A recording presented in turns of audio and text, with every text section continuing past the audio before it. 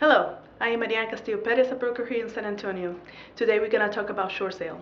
This segment is brought to you by Su Casa, Su Castillo. And before we get started, we'd like to thank our sponsors that follow us through radio and TV. What is a short sale? Basically, a short sale is when you would like to sell your property for less amount that you owe on your loan.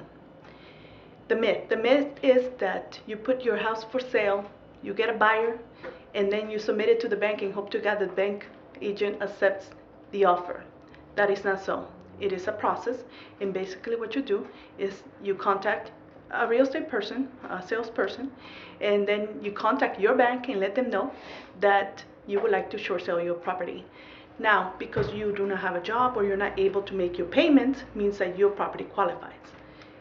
If your property does qualify, then they'll send you a kit, and that's when your agent has to do his homework by researching the properties and see what has sold in the recently in your neighborhood.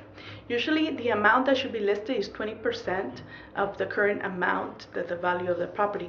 It's not necessarily so always. The agent or the bank will tell you what you should list it for. That is the homework of the agent. Once the process begins, you continue to make your payments. Do not stop making your house payment. It doesn't give you a free ticket not to make your mortgage. Unfortunately, most people would like to tell you that once you submit your house in a short sale, you will no longer have to make your mortgage payment until you find a buyer, and then they'll deduct it from the closing. I don't know why people tell them that, but it's not true. You're still responsible for that loan until the day of closing. Let's say, okay, you already have found a buyer, you submit this offer to the bank approves it. It takes a little longer because you're dealing with an agent that only works 8 hours and have many files to deal with.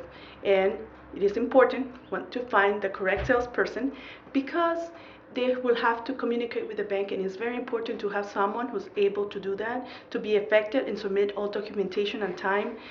Remember, the important thing is that if the agent is talking to the bank, they're not talking to another person. Even though it's an agent of the bank, it's a person, they have the rules and regulations they have to follow. So they could turn blue in the face trying to convince somebody. It's not going to happen. They're going to follow, the bank employee is going to follow regulations.